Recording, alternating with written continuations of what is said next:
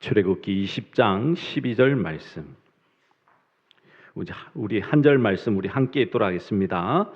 내 부모를 공경하라. 그리하면 내 하나님 여호와가 내게 준 땅에서 내 생명이 길리라. 아멘.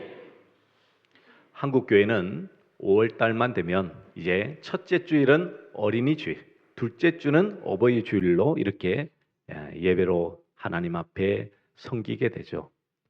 그런데 대부분 오늘 본문의 말씀을 가지고 이제 부모에 대해서는 효로 이렇게 해야 되고 자녀들에게는 하나님의 말씀으로 양육해야 된다라고 말씀을 전하곤 합니다.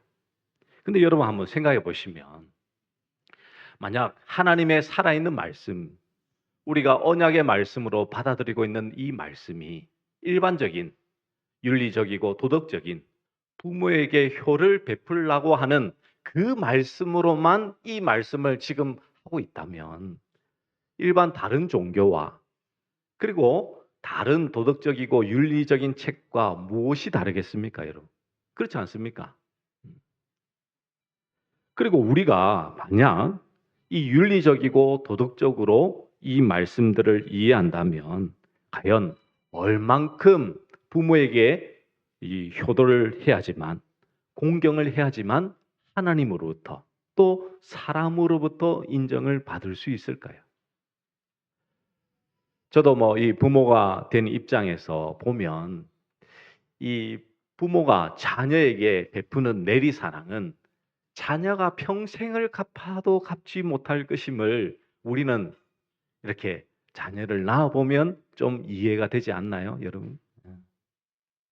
얼만큼 공경해야 하나님께서 됐어, 내가 너를 장수하게 해줄게, 그렇게 하나님께서 인정하실까요? 그리고 그 말씀을 이제 우리가 보면 부모를 공경하라는 말씀은 좀 이렇게 마음에 깊이 새기지는 않아요. 그런데 뒤에 말씀은 아주 깊이 있게 생깁니다. 뭐냐면 내 하나님 여호와가 내게 준 땅에서 내 생명이 길리라. 장수하는 비결이 여기 있구나. 부모를 공경하면 장수한다. 그런데 우리가 일반적으로 상황적으로 봐도 부모가 이렇게 부모에게 공경하면 장수한다는 그 명제가 절대적인 명제는 아니잖아요, 여러분. 그렇지 않나요? 둘도 없는 효자인데도 불구하고 효녀인데도 불구하고 생을 빨리 마감하는 사람도 얼마나 많이 있습니까, 여러분? 성경에도 오늘 말씀을 들었던 이스라엘 백성들, 지금 이 십계명을 받는 이 이스라엘 백성들은요, 출애굽하여 시내산에서 모세가 받아온 그 율법의 말씀을 지금 선포하고 있는 거잖아요. 그런데 우리가 알다시피 모세는 120살까지, 여호수아는 110살까지 살았는데, 그런데 여러분 한번 보시면 그 정도까지는 못 살아도 100살이 넘게끔 다 살아야 되잖아요.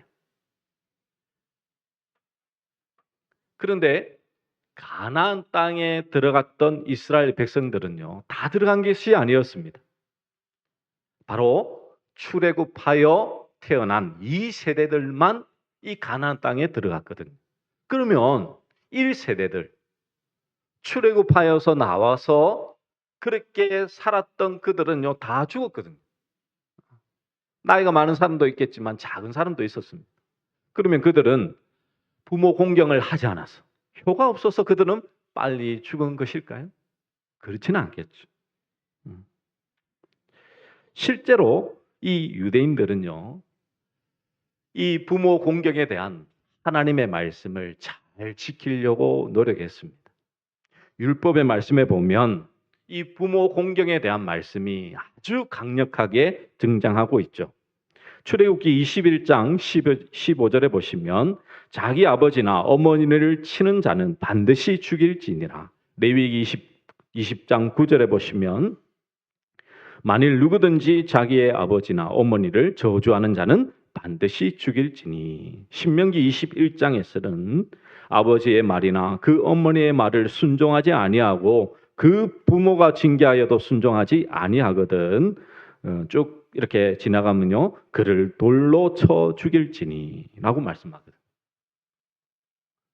그러니 이런 말씀을 가지고도 부모 공경하는 것은 당연한 일이다. 그게 맞습니다. 부모를 공경하는 것은 마땅히 하나님을 믿는 자들이 행해야 될 일이죠. 그런데 그것을 우리가 단순히 계명으로만 이해한다면 우리의 삶 속에서는요, 온전히 그 말씀의 능력을 온전히 이루지 못할 것입니다. 왜냐하면 이 말씀을 받았던 유대인들도 하나님 앞에서 진정으로 이 부모를 공경하려고 얼마나 노력했습니까? 하나님의 말씀인 세마, 구약의 율법의 말씀 중에도 유대인들이 가장 좋아하는 말씀인 이 세마의 말씀. 들으라. 쉐마라는 이 말씀으로 시작하는 말씀을 그들은 너무나 좋아했죠. 너는 마음을 다하고 성품을 다하고 힘을 다하여 내 하나님 여호와를 사랑하라라고 이 말씀을 어떻게 했냐면 자녀들에게 부지런히 가르쳤습니다. 세마를 종이에 써서 손목에 메고 미간에 붙이고 문설주와 바깥문에 기록을 했죠. 자나깨나 가르치고 외우고 실행하려 노력했습니다. 근데 과연 그러면 유대인들은 이 부모 공경하는 것에 성공을 했을까요? 그럼 유대인들은 전부 다 효자고 효녀고 모든 것에 있어서 율법의 말씀을 거절함이 없이 그렇게 살고 있을까요? 아니요. 오히려 유대인들은 하나님의 언약 백성이 되는 것에 실패했습니다. 왜 그랬습니까? 선민 백성이 되었다는 교만에 넘쳐 형식적인 율법주의를 흐르고 제사장 나라가 되어 열방을 참 하나님께로 인도해야 함에도 불구하고 이방 족속의 우상 숭배에 넘어가 버렸죠. 아니 그렇게 자녀 교육을 열심히 하고 하나님의 말씀을 정말 교육하고 외우고 심지어는 모세 오경을 달달달달 외울 정도로 얼마나 하나님의 말씀을 외웠는지 모릅니다. 자녀 교육이 그토록 열심히 내었지만 그들은 실패하였습니다. 만약 성공했다면 하나님의 언약의 백성이 되어 있어야죠. 그런데 실패했다니까요. 잘 아시겠지만 유대인들은 탈무드라는 지혜서를 가지고 얼마나 많은 것에 대해서 하나님을 대하여 그들은 교육을 했습니까? 그래서 전 세계적으로 자녀 교육을 가장 잘하는 민족 중에 이 유대인들을 뺄 수가 없습니다. 실제로 모든 나라의 경제에 우두머리에 있는 사람들이 바로 유대인들이죠. 그들의 종교, 민족, 도덕, 인성, 직업 교육은 어느 세계에 있든지 가장 뛰어나다라고 할 수가 있습니다. 그럼에도 그들은 하나님의 언약 백성으로부터 멀어진 자들이 되었어요. 세마의 말씀을 가지고 그토록 자녀들에게 가르치고 그들을 향하여 교육하였지만 그들은 지금 하나님의 언약 밖에 있는 자들이 되었다니까요. 왜 그렇습니까? 이 세마를 문자적으로만 이해하고 적용했기 때문이죠. 단순히 계명을 잘 지키면 행할 것이라 하지만 그들 스스로 그들은 인정하지 못했던 거예요. 우리의 인간의 죄성들, 우리의 인간의 연약함으로 말미암아 하나님의 말씀을 다 지켜 행할 수 있는 자들은 없다는 사실을 그들은 부정했던 거예요.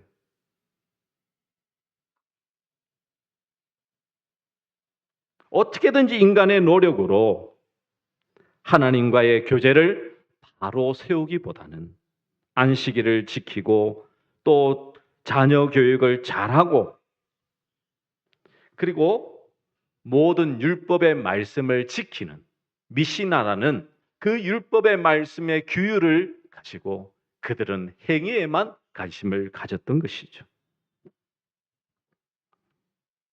그들이 놓친 것이 무엇이었습니까? 바로 하나님의 관계를 바르게 세우지 못한 점이 그들의 가장 큰 실수였죠.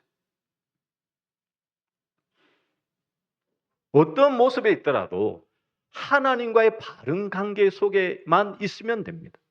근데 여러분 잘 아시겠지만 이스라엘 백성들이 하나님을 떠나 있었던 적이 있었나요? 없었나요? 그들이 말하기는, 또 우리가 말하기는요, 하나님을 떠나 있은 적이 없다라고 우리는 생각할 수 있어요. 왜냐? 그들은 하나님의 그 율법의 말씀들을 너무나 좋아하고 그것을 따라 행했던 그 일들이 얼마나 많습니까? 지금도요, 여러분, 하나님의 말씀을, 이 구약의 말씀을 우리는요, 따라하지 못할 정도로 그들은 달달 외울 뿐만 아니라 잘 이해하고 있어요. 그래서 참 재미있는 게 유대인들이 예수님을 믿으면요, 구약에서 말씀하고 있는 메시아가 예수님이라는 그 사실 앞에 그들은요, 통곡을 한답니다. 통곡을 한다. 아니, 이분이 예수님이었다고? 아니, 이 말씀이 예수님을 향한 말씀이었다고? 그들은 그렇게 깨닫게 된다는 거예요.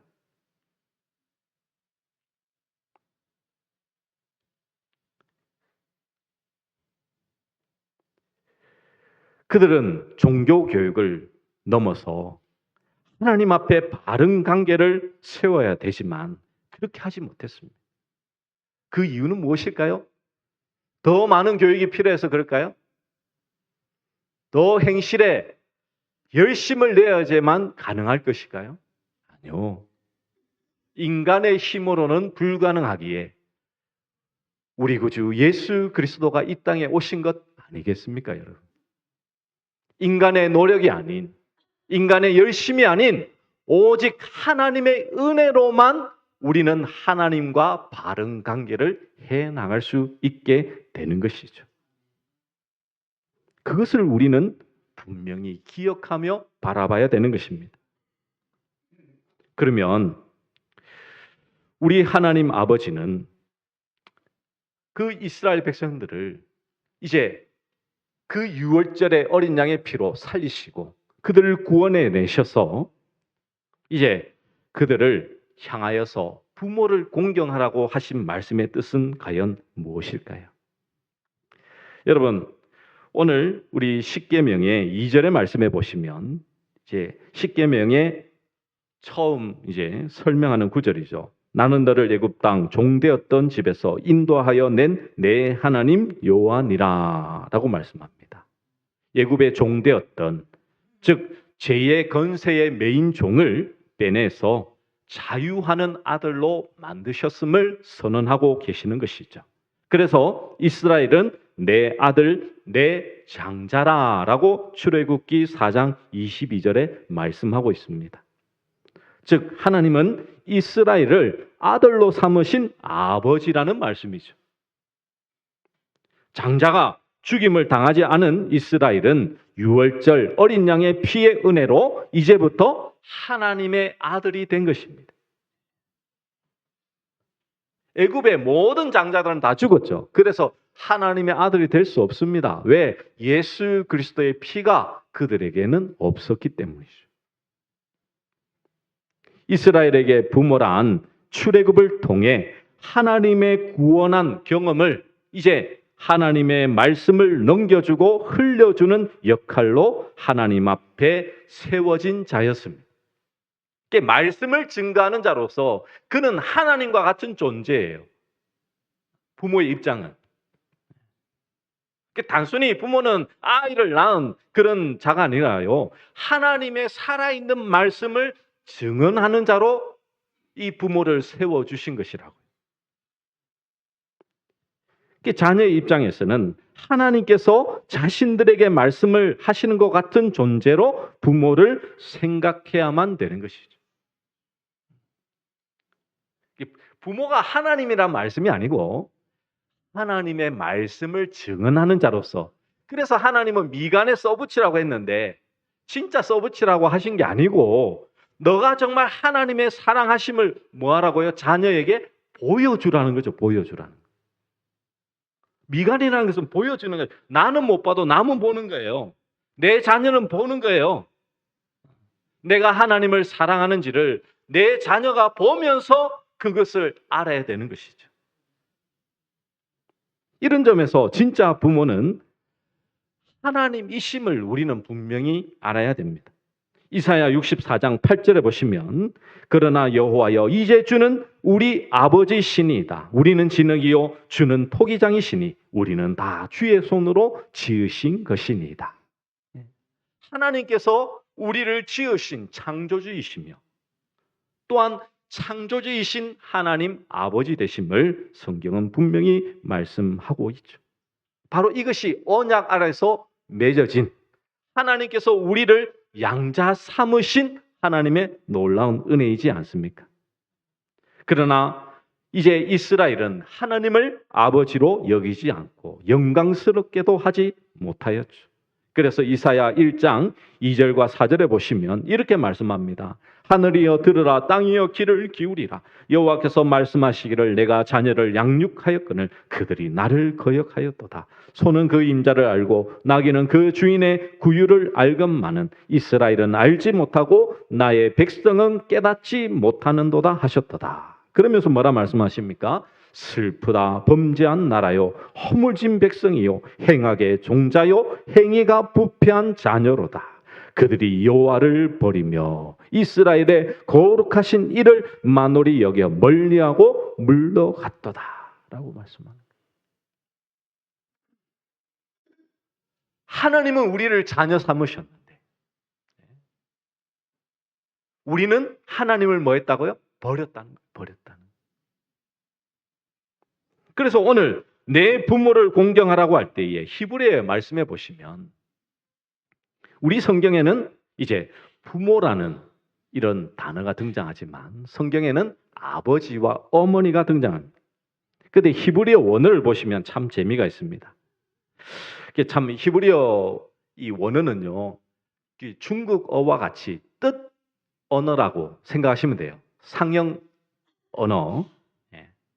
그래서 이 알렙이라는 이 아부를 이렇게 사용하는 게 아버지거든요. 아부라는 단어는 여러분 좀 많이 들어보셨죠? 아브라함 할 때 이 아부입니다. 아부. 그게 아버지, 열국의 아버지라고 해서 아브라함이라고 이렇게 하죠. 근데 이 알렙은 그 모양 그대로 송아지라는 뜻을 가지고 있습니다. 알렙을 그냥 써버리면. 영어로 A인데 그 모양이 이렇게 좀 이렇게 생겼거든요. 그 모양 그대로 이렇게 하면 이제 소고요. 그리고 제일 먼저기 때문에 하나님으로 이렇게 사용하기도 했습니다. 하나님.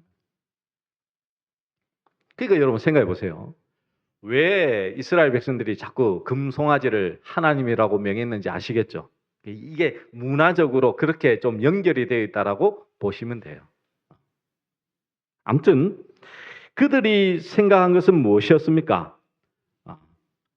이 아부라는 것을 통해서 뭐냐면 이 베트라고 하는 이제 베트 그 단어인데 알렙과 베트가 연결된 게 아부인데요. 이 베트는 하나님의 집 성전이라는 의미를 가지고 있습니다. 어머니라는 이 히브리어 M은요. 알파벳 알렙은 하나님, 그리고 M은 물과 진리를 뜻합니다. 그러니까 하나님의 진리의 말씀을 의미하기도 해요. 그러니까 부모라는 직접적인 이 아버지와 어머니를 말하기도 하지만 이 성경적인 언어적인 이렇게 모습을 보면 하나님의 집 성전, 하나님의 진리 말씀으로도 이렇게 해석이 가능한 거예요. 그래서 공경하라는 것도 여러분 잘 아시겠지만 영화롭게 하다, 영광을 돌리다, 드러내다라는 단어죠. 근데 여러분 영광을 드러내는 것은 사람이 가능한가요? 아니요. 하나님만 가능한 거예요. 하나님만. 그래서 하나님의 성정과 하나님의 진리의 말씀으로 하나님께 영광을 돌려드리라라는 의미가 언약적 의미에서는 더 명확한 것입니다. 즉, 이 말씀은 무엇입니까? 하나님을 아버지로 모시고 하나님을 영화롭게 하는 자로 하나님 앞에 서라는 것이죠. 그러면 우리가 어떻게 하나님을 영화롭게 할 수 있을까요? 그것은 바로 영광이신, 하나님의 영광이신 예수 그리스도로만 가능한 것이죠. 요한복음 1장 14절에 보시면 말씀이 육신이 되어 우리 가운데 거하심에 우리가 그의 영광을 보니 아버지의 독생자의 영광이요 은혜와 진리가 충만하더라. 하나님의 영광이 누구라고요? 예수 그리스도. 그리고 또 예수님은 이렇게 하나님 앞에 십자가 달리시기 전에 이렇게 기도합니다.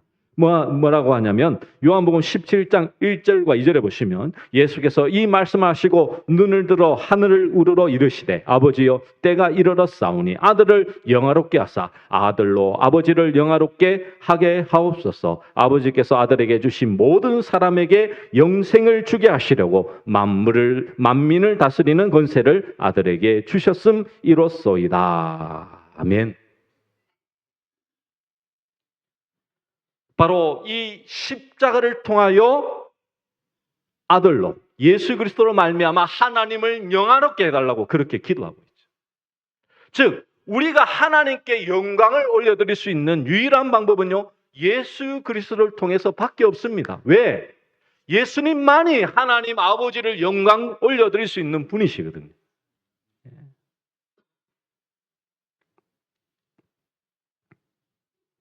십자가 죽음을 통해서만 하나님의 영광이 드러난 것입니다. 그렇기 때문에 성전이며 말씀이신 예수 그리스도께서 친히 죽음을 통하여서 자기 백성들을 성전과 말씀이 되게 하시는 것이죠.